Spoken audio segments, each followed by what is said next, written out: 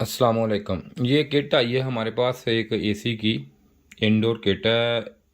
सादा एसी है, इन्वर्टर नहीं है, ये सादा है। इसमें वो बता रहे हैं कि प्रॉब्लम इसमें ये आती है कि इसमें ना एरर आता है। शायद कौन सा बता रहे, आप देखते हैं लगा के कि कौन सा एरर है। फेड शायद बता रहे थे या कौन सा एरर, ये नहीं समझ याद नहीं मुझे। आप देखते हैं अब इसमें कौन सा एरर आता है। इसमें सिर्फ मेन चीज़ चेक करने वाली होती है कोई चीज़ जली हुई तो नहीं, या क्या मसला है, ये चीज़ हम देखेंगे। अब अभी क्या मसला है, कौन सा एरर है, पहले एरर पे देखेंगे एरर कौन सा आता है।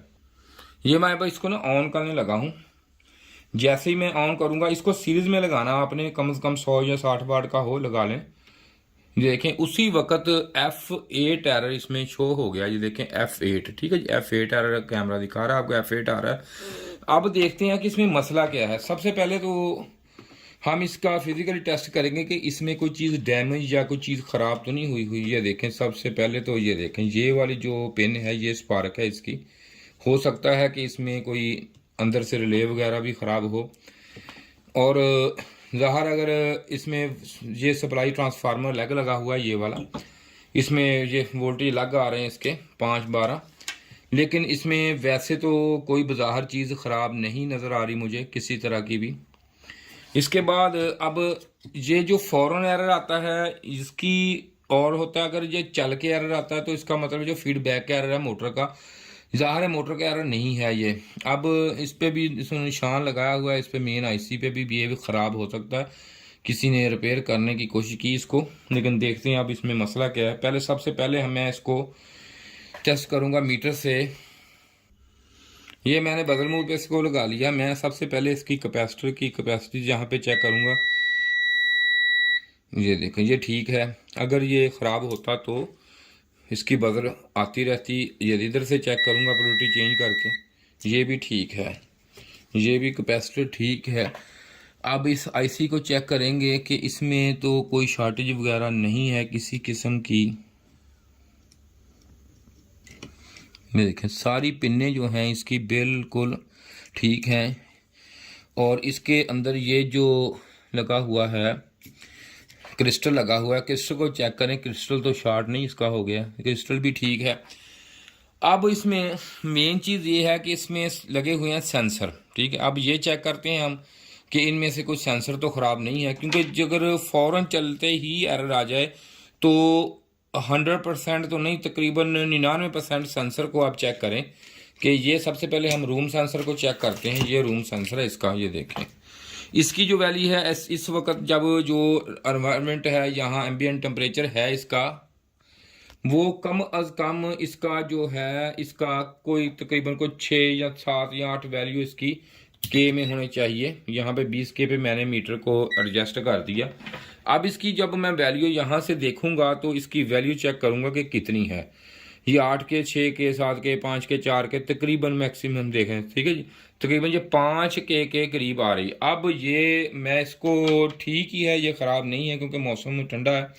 इसके बाद इसको चेक करूंगा मैं, जब ये है इसकी तकरीबन को 8 से 10 के की वैल्यू कमो बेश इसकी होनी चाहिए, ठीक है जी। अब ये मैं चेक करता हूँ इसको कि ये आया ख़राब तो नहीं है। इसको अभी मैं चेक करूँगा। ये देखें मैं इसको के पे लगा, देखें ये तो अब यहाँ पे लगाता हूँ इसको। इसकी जो वैल्यू आ रही है वो तो ओहम में आ रही है ना, के में होनी चाहिए, ख़राब है। ये जो इसका सेंसर है ना, ये वाला जो सेंसर है, ये इसका कोयल सेंसर है, ये ख़राब है। अब हम इसको साइड पर रख देते हैं। इसको अब करेंगे ये कि इसमें आर्जी तौर पर मैं इसको कोई रजिस्टेंस यहाँ पे अटैच करूँगा इसके अंदर इसके, ताकि मुझे इसके बाद इसको करंट देंगे हम, फिर हम रजिस्टेंस लगाता हूँ मैं। अभी रजिस्टेंस लगाने के बाद इसको वोल्टेज देता हूँ, देखता हूँ कि अगर इसका F8 का एरर सॉल्व हो गया है तो फिर ये इसका सेंसर जो है फिर हम इसका चेंज कर देंगे। ये देखें यहाँ पे मैंने ना इसके अब ये रजिस्टेंस लगा दी है। अब मैं इसको, ये देखें मैं इसलिए एलसीडी में दिखा रहा हूँ आपको कि आपको नज़र नहीं आएगी माइक्रोस्कोप से। ये यहाँ पे ये लगी हुई है, देखें, ठीक है जी। ये यहाँ पे ज़रा नज़र आपको क्लियर नहीं आएगी फॉक्स इसका। ये यहाँ पे मैंने ये ट्रैक्टर देख लें, ये लगी हुई आपको यहाँ पे नज़र आ गई, ठीक है। ये मैंने आप लगा दी सिर्फ आरजी इसको चेक करने के लिए, ठीक है, क्योंकि मेरे पास अभी ये सेंसर नहीं मौजूद था तो मैंने ये आरजी लगा दिया। अब मैं इसको करंट दे के देखता हूँ कि ये ऑन होती कि नहीं होती, कि F8 एरर ख़त्म हुआ, रिमूव हुआ या नहीं हुआ, अभी देखते हैं।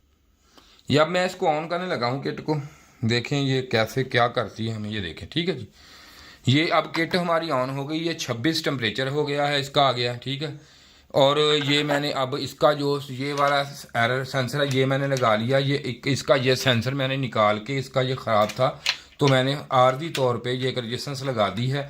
ये सेंसर नया लगाएंगे तो किट हमारी ये ओके है।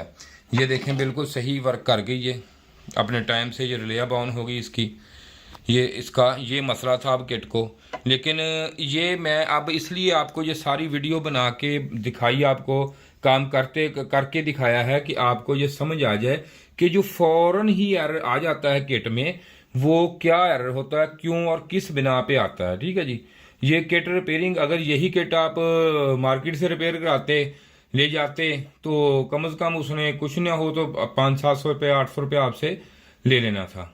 बेशक ये भी करते हैं कि एक इस तरह भी कर देते हैं कि इसकी एक जो वायर है ना, वो इसकी एक वायर काट देते हैं डिस्कनेक्ट करके। एक वायर जब डिस्कनेक्ट कर देते हैं ना, तो उसके बाद इसको उन्होंने करना क्या होता है, इसको वायर को डिस्कनेक्ट करके इधर से डिस्कनेक्ट करने के बाद थोड़ा सा साइड पे करके और इसके ऊपर कोई ना कोई टेप वगैरह या कोई ऐसी चीज़ लगा के वो दे देते हैं, और फिर ये जहाँ ही पे लगा देते हैं।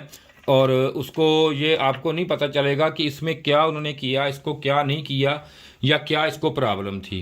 मेरा ख्याल है आपको इस बात की अच्छी तरह समझ आ गई होगी। अगर मेरी वीडियो अच्छी लगी है तो चैनल को आप सब्सक्राइब ज़रूर कीजिए और लाइक कीजिए वीडियो को। शुक्रिया जी, खुदा हाफ़िज़।